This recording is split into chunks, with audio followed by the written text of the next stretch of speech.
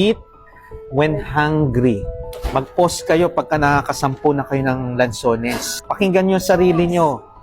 Gutom ba ako? Pag sinasabi ng katawan nyo, oo, gutom. Hindi na lansones ang kakainin nyo. Iba na. Ibig sabihin, kailangan nyo na kumain ng nutrient-dense food.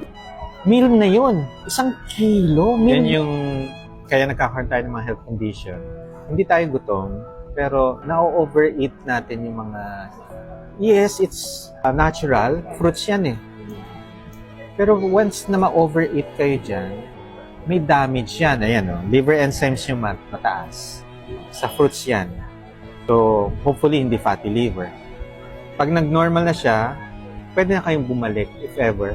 Pero, caution food list ang fruits. 2 to 3 times a week. Yan ang moderation sa akin. Hindi yan yung araw-araw, konti-konti. Kailangan may days na hindi kayo kakain para yung cravings ninyo dyan mawawala, hindi yan bumabalik.